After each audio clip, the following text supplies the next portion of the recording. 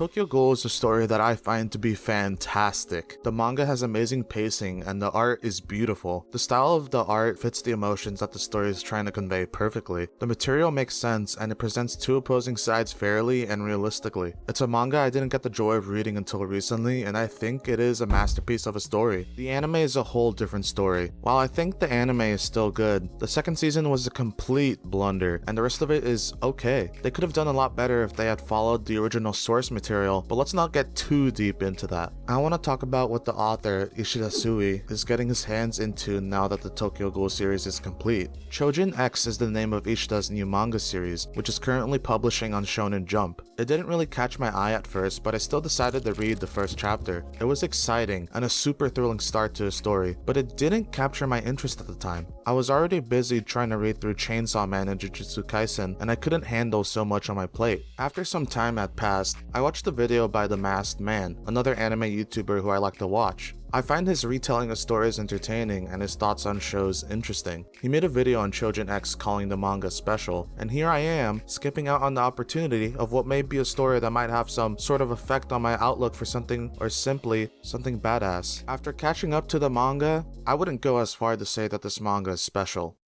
Well, not yet. Welcome to the video. Today I'm going to be talking about Choujin X. You may have heard talk about this manga before as it's from the same man who created Tokyo Ghoul, but personally, I hadn't. Going into the story with no information beforehand whatsoever had me worried for a second, but I think I can safely say that I find this manga entertaining. The story follows Tokyo, a high school student who isn't anything special. As a matter of fact, there's someone who stands by his side who is considered to be much more significant. His friend, Azuma, is a boy who believes in helping people and doing the right thing. He dishes out justice to people who terrorize their part of town, and Tokyo assists him however he can. There is one threat to people that they absolutely have to avoid though. Choujins, literally meaning superhumans, are people who have special powers that are characterized by the archetype of the person who has them. If there's some sort of idea, concept, animal, whatever it is that fits the type of person you are, then you can awaken powers within you, mirroring that thing. When Tokyo and Azuma are faced with the danger of being killed by a Choujin, they discover and find syringes with a serum that turn their opponent into the Choujin that they are. Both boys decide to inject it into themselves as a final hope in defeating their enemy, and that is basically the premise of what takes place in chapter 1 of this ongoing manga. I think the reason why I originally passed up on this manga was because I was tired. I was reading too much shonen and I was fatigued.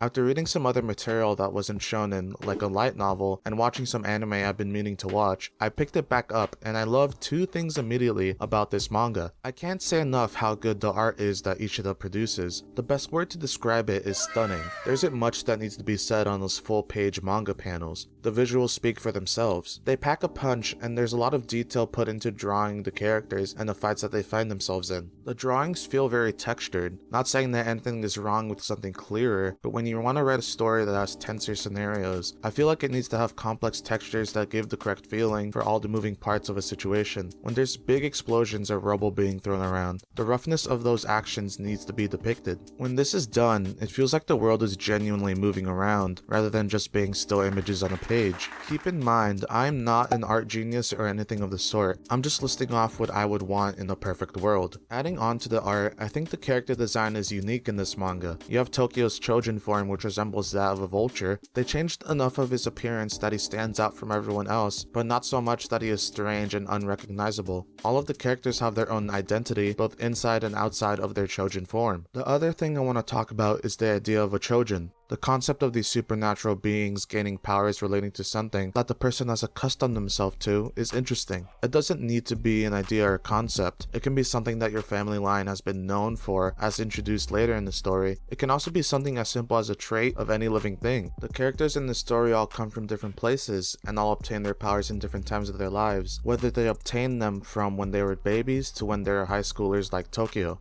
This may have affected their lives depending on when it happened, and their powers all do different things that fit their style of archetype. I'm interested in the backstories of our characters and why they got the powers that they received. It seems like there's a history behind why a person would get the powers that they got, and as much as people might hate backstory exposition, I live for it. World building and character development are two very important requirements for a story that wants to be long running, and this Choujin concept looks like a very good setup for those things to fall into place. There's room to grow, and that goes for the story too. One of the main topics I want to discuss is the plot of this manga. I think it shows a lot of potential as a story to present the differing sides that we saw in Tokyo Ghoul. Taking something that worked so well in his previous work, I think Ishida can pull it off where the most recent chapters have left off. It would definitely make the story a lot more interesting for where it's at. There are also hints towards some great event that's going to occur in the future that may endanger everyone around them, which I hope will be touched upon in the chapters ahead. I'm writing this while chapter 33.1 is the most recent update, so if it's better, good. And if it's worse, my bad, genuinely.